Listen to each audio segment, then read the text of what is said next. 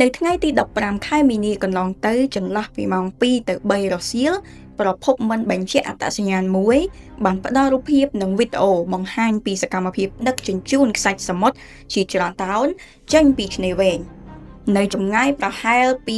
150ទៅ200ម៉ែត្រពីសានសេតបាមានកម្មករ2នាក់បានជីកនិងផ្ទុកខ្សាច់ដាក់ឡើងលើត្រាក់ទ័រហើយបើកចេញទៅយើងសន្និដ្ឋានថាកម្មករទាំងពីរនាក់នេះគ្រាន់តែអនុវត្តតាមបញ្ជាមិនមែនជាអ្នកមានអំណាចសម្រេចចិត្តឡើយអ្នកដែលត្រូវទទួលខុសត្រូវពិតប្រាកដគឺអ្នកដែលស្ថិតនៅពីក្រោយការបញ្ជានិងការរៀបចំប្រតិបត្តិការជីកខ្សាច់នេះ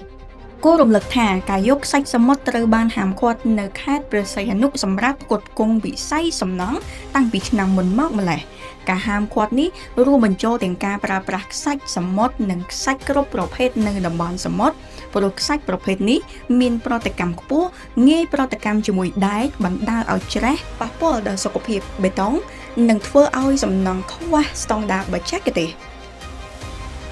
លើសពីនេះច្បាប់ស្តីពីតំបន់ការពារបានចែងយ៉ាងច្បាស់ថា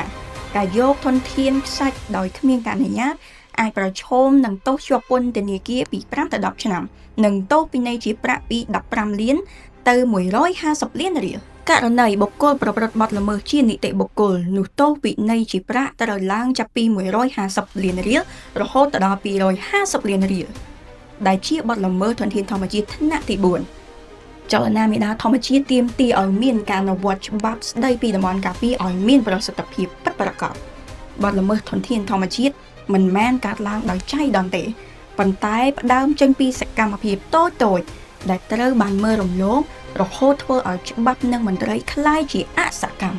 សូមពុកម៉ែបងប្អូនចូលរួមបញ្ចេញមតិនៅក្នុងប្រអប់ខមមិនខាងក្រោមនិងចូលរួមចែករំលែកវីដេអូនេះទាំងអស់គ្នាសូមអរគុណ